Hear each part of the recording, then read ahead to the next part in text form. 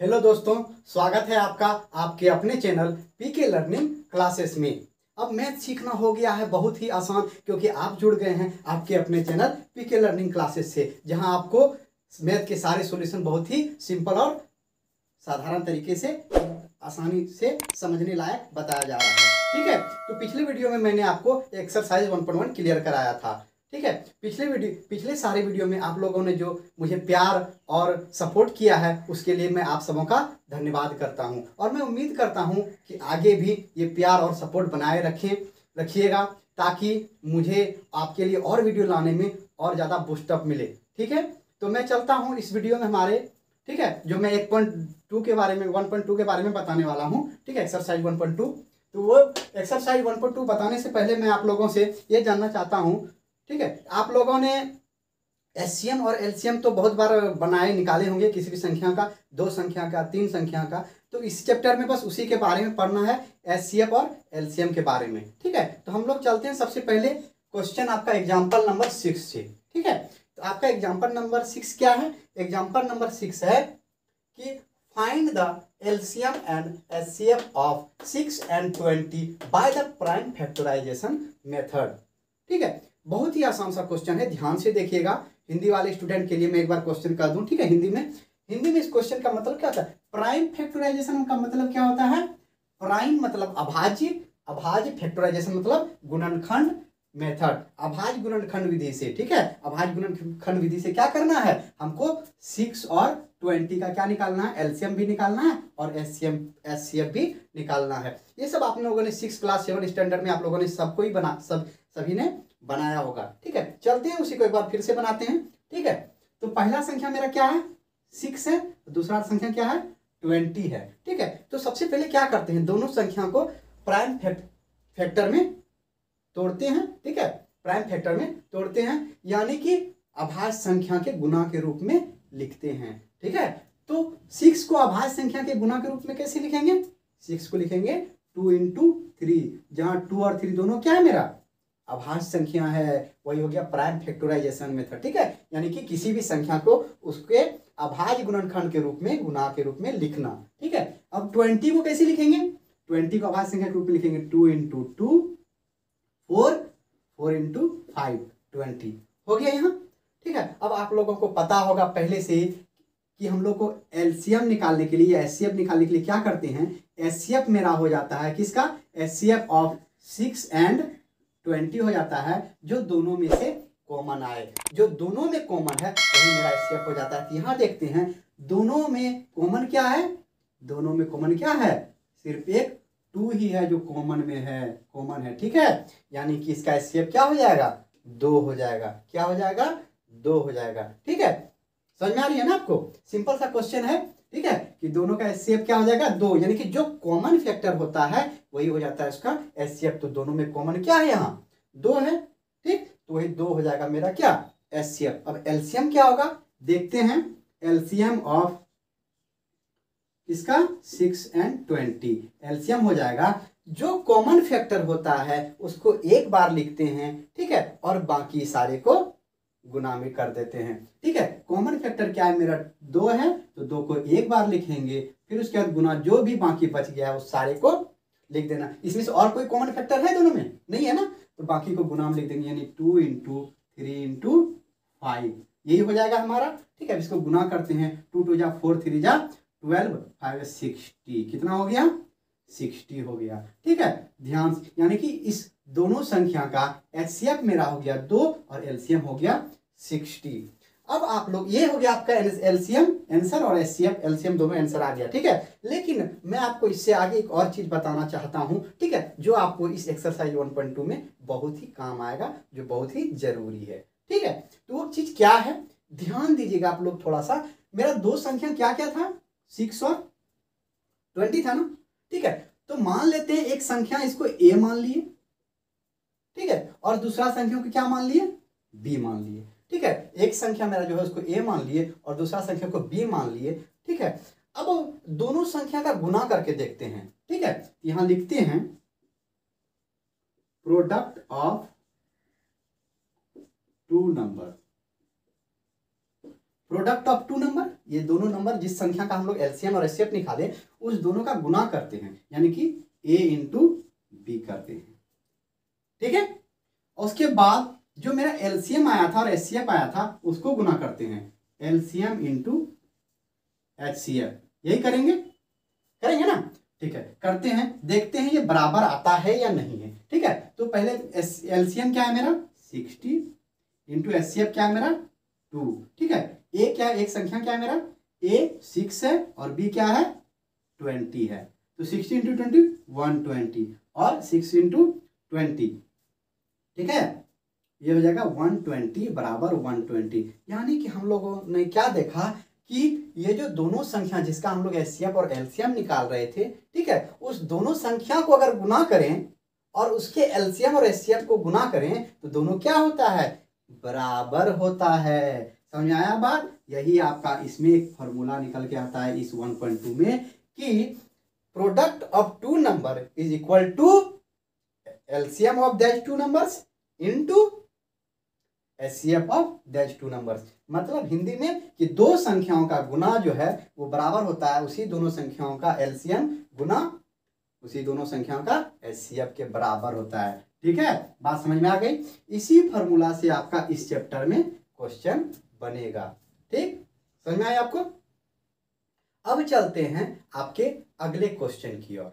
तो आपका अगला क्वेश्चन है एग्जाम्पल नंबर 7। देखते हैं क्या कह रहा है क्वेश्चन। ठीक है, find the HCF of 96 and 404 by the prime factorisation method. Just वही क्वेश्चन है ना जो पीछे हम बनाए थे 6 नंबर में कि एचसीएफ निकालना है किसका 96 और 404 का, किस मेथड से, वही प्राइम फैक्टराइजेशन मेथड से या अभाज्य गुणनखंड विधि से।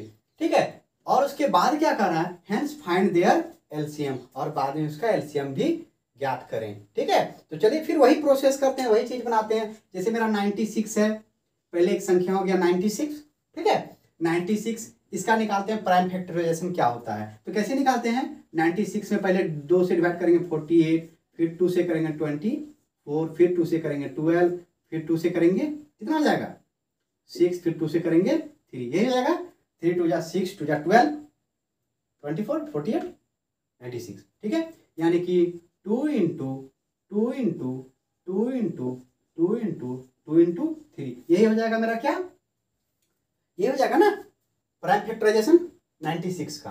ठीक है, अब नेक्स्ट क्या है 404 को डायरेक्ट कर देते हैं। देखिए 2 से डिवाइड करेंगे 202 होगा, फिर 2 से डिवाइड करेंगे 101 होगा। अब 101 को डिवाइड कर ही नहीं सकते क्योंकि ये एक अभाज्य संख्या है। ठीक है, तो ये हो गया आपका दोनों का प्राइम फैक्टराइजेशन। अब इसमें से क्या निकालना है, एचसीएफ निकालना है ना, एचसीएफ। तो क्या लिखेंगे, एचसीएफ ऑफ किसका, ऑफ 96 एंड 404, ये निकालना है ना, एचसीएफ निकालना। तो क्या हो जाएगा, मैंने आपको बताया कि एचसीएफ जो होता है वो क्या होता है कि दोनों संख्या में से उसका जो प्राइम फैक्टराइजेशन किए हैं उसमें जो कॉमन फैक्टर है, ठीक है, वही उसका एचसीएफ हो जाता है। तो यहाँ देखिए कॉमन फैक्टर क्या क्या है, एक ये 2 है और एक ये 2 भी है, 2 को 2 है ना। ठीक है, और बाकी कुछ फैक्टर नहीं है। ठीक है, तो यही दोनों हो जाएगा आपका 2 इंटू 2, दैट मीन्स 4 हो जाएगा एचसीएफ किसका 96 और 404 का एचसीएफ हो जाएगा। ठीक है, अब इसी तरीके से हम लोग एलसीएम भी निकाल सकते हैं ना, हेंस फाइंड देयर एलसीएम। तो चलिए इस तरीके से नहीं, अभी जो मैंने पीछे बताया ना एक थ्योरम कि दो संख्याओं का जो गुणनफल होता है वो बराबर होता है दोनों का एलसीएम गुना एचसीएफ का, इस फॉर्मूले से निकालते हैं। तो यहाँ दो संख्या क्या है मेरा, एक A96 है, दूसरा क्या है 404 है, तो दोनों का गुना बराबर क्या हो जाएगा एलसीएम गुना एचसीएफ, यही होगा ना। ठीक है, लिखते हैं वी नो दैट, हिंदी वाले लिखेंगे हम जानते हैं कि, क्या जानते हैं कि दोनों संख्याओं को गुना, यानी कि 96 इंटू 404 दोनों संख्या का गुना क्या होता है, उसके एचसीएफ और एलसीएम के बराबर होता है। तो एलसीएम मेरा निकालना, यही निकालना है, एलसीएम निकालना है, एलसीएम इंटू एचसीएफ मेरा कितना है 4 है, ये निकाल चुके हैं। ठीक है, तब एलसीएम गुना 4 बराबर हो गया 96 इंटू 404। अब इसको क्या करेंगे, जब एलसीएम निकालना है तो 4 को बराबर के इस पार ले आएंगे, तो एलसीएम बराबर मेरा क्या हो जाएगा, एलसीएम बराबर इस 4 को इस पार लाना है ना, इस पार पहले से क्या है 96 इंटू 404 है। इसको डिवाइड कर देंगे किससे, 4 से, 4 ये डिवाइड में आ जाएगा तो डिवाइड में लिख दिया। इसको कटाते हैं, किस तरह से कटेगा, 4 से कटेगा 101। अब गुना करके देखिए ये क्या आएगा 9696, ये आ जाएगा क्या, इस दोनों संख्या का एलसीएम। क्या आ जाएगा, इस दोनों संख्या का एलसीएम। ठीक है, समझ में आया बात। ठीक है, अब चलते हैं आपका जो नेक्स्ट एग्जाम्पल है। ठीक है, नेक्स्ट एग्जाम्पल है आपका एग्जाम्पल नंबर 8। ठीक, इसको मिटा दें, समझ में आ गया आप लोगों को। ठीक है, चलिए मिटा देते हैं। ठीक है, तो नेक्स्ट क्वेश्चन आपका एग्जाम्पल नंबर कितना है, 8 है। क्वेश्चन क्या कह रहा है कि find the LCM and HCF of 6, 72 and 120 by the prime factorisation method. यानी कि प्राइम फैक्टराइजेशन मेथड से क्या करेंगे हम, वही अभाज्य गुणनखंड विधि से क्या करेंगे। अब 3 संख्या है 6, 72 और 120 का क्या निकालेंगे, एलसीएम और एचसीएफ निकालेंगे। ये भी बहुत ही आसान है। सबसे पहले पहली संख्या लेंगे 6 को हम लोग अभाज्य गुणनखंड के रूप में लिखते हैं 2 इंटू 3। अब लेंगे 72 को लिखना है, देखिए कैसे लिख सकते हैं। 72 को लिखेंगे 2 से पहले डिवाइड करेंगे 36, फिर 2 से 18, फिर 2 से 9, फिर 3 इंटू 3 हो जाएगा। यही हो जाएगा आपका इसका 2 इंटू 2 इंटू 2 इंटू 3 इंटू 3। ठीक है, अब नेक्स्ट क्या है आपका 120। इसका भी क्या करते हैं, वही करते हैं, प्राइम फैक्टराइजेशन करेंगे। ठीक है, 120 का करते हैं तो 2 इंटू 2 इंटू 2 इंटू 3 इंटू 5 करके देख लीजिए आप, लीजिएगा। ठीक है, कि यही आएगा 2 इंटू 2 इंटू 2 इंटू 3 इंटू 5। ठीक है, डायरेक्ट कैसे करते हैं, 2 से भाग देंगे 60, फिर 2 से भाग देंगे 30, फिर 2 से भाग देंगे 15, और 15 का हो जाता है 3 इंटू 5। ठीक है, अब क्या निकालना है, 6 क्या निकालना है, एलसीएम या एचसीएफ दोनों निकालना है ना। तो एलसीएम पहले लिखते हैं, एलसीएम ऑफ किसका 6, 72 एंड किसका 120 इक्वल टू, एलसीएम ले रहे हैं ना, तो पहले जो तीनों में से जो आएगा उसको एक बार लिखेंगे 2 इंटू, फिर क्या करेंगे, तीनों में से और क्या आ रहा है, एक 3 भी आ रहा है, यहां देखिए ध्यान से आ रहा है, इसको भी एक बार लिखेंगे। ठीक है, अब फिर देखेंगे दोनों में से क्या कॉमन आ रहा है, इस दोनों में से एक बार आ रहा है, फिर 2 आ रहा है, ये आ रहा है 2 लिखेंगे। ठीक है, फिर इस दोनों में से और क्या आ रहा है, 2 आ रहा है, फिर 2 लिखेंगे। अब बाकी जो बच गया, फिर और कुछ मिल रहा है, नहीं मिल रहा है ना, तो उसको लिख देंगे जैसे 3 इंटू 5। एक बार फिर से आपको बता देते हैं इसको, आपको कोई परेशानी ना हो इसको समझने में। जब 3 संख्या हो जाती है हम लोग क्या करते हैं, देखते हैं सबसे पहले कि तीनों में से कॉमन कौन है। ठीक है, तो यहाँ तीनों में से कॉमन एक 2 है और एक 3 है, उसको गुना के रूप में लिखे। अब फिर उसके बाद वो खत्म हो जाने के बाद क्या देखते हैं कि हम 2 संख्या में से कॉमन कौन है। यहाँ 2 संख्या में से कॉमन 2 बचा, एक 2 आया। ठीक है, फिर दूसरा 2 भी आया, दोनों में से कॉमन।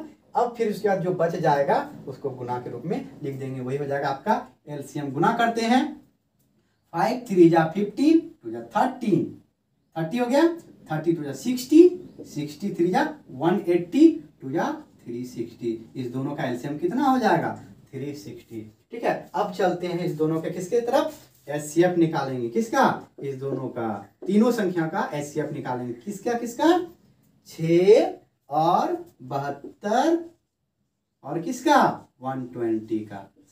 तो आपका 6, 72 और 120 का एचसीएफ क्या होगा बच्चों, तो वो ध्यान से देखते हैं। ठीक है, मैंने आपको पहले भी बताया है ना कि जो दोनों में वहाँ 2 संख्या था, तो दोनों में जो कॉमन होगा वही हो जाएगा आपका एचसीएफ। यहाँ 3 संख्या है तो तीनों में जो कॉमन होगा वही हो जाएगा आपका एचसीएफ। ठीक है, तो तीनों में कॉमन क्या है बच्चों, यहाँ देखिए ध्यान से देखिए, तीनों में कॉमन क्या है, एक 2 कॉमन है। ठीक है, क्या कॉमन है, एक 2 कॉमन है, और उसके बाद क्या है, बस 3 ही कॉमन है। ठीक है, अब एक चीज ध्यान दीजिएगा कि जब एलसीएम हम ले रहे थे ठीक है।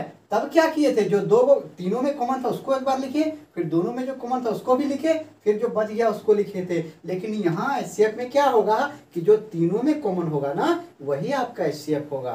ठीक है, 3 संख्या है तो तीनों में जो कॉमन होगा वही आपका एचसीएफ होगा। तो यहाँ एचसीएफ क्या हो जाएगा, 2 × 3 6 हो जाएगा एचसीएफ। समझ में आया आपको? ठीक है, अब चलते हैं आपके एक्सरसाइज 1.2 के तरफ।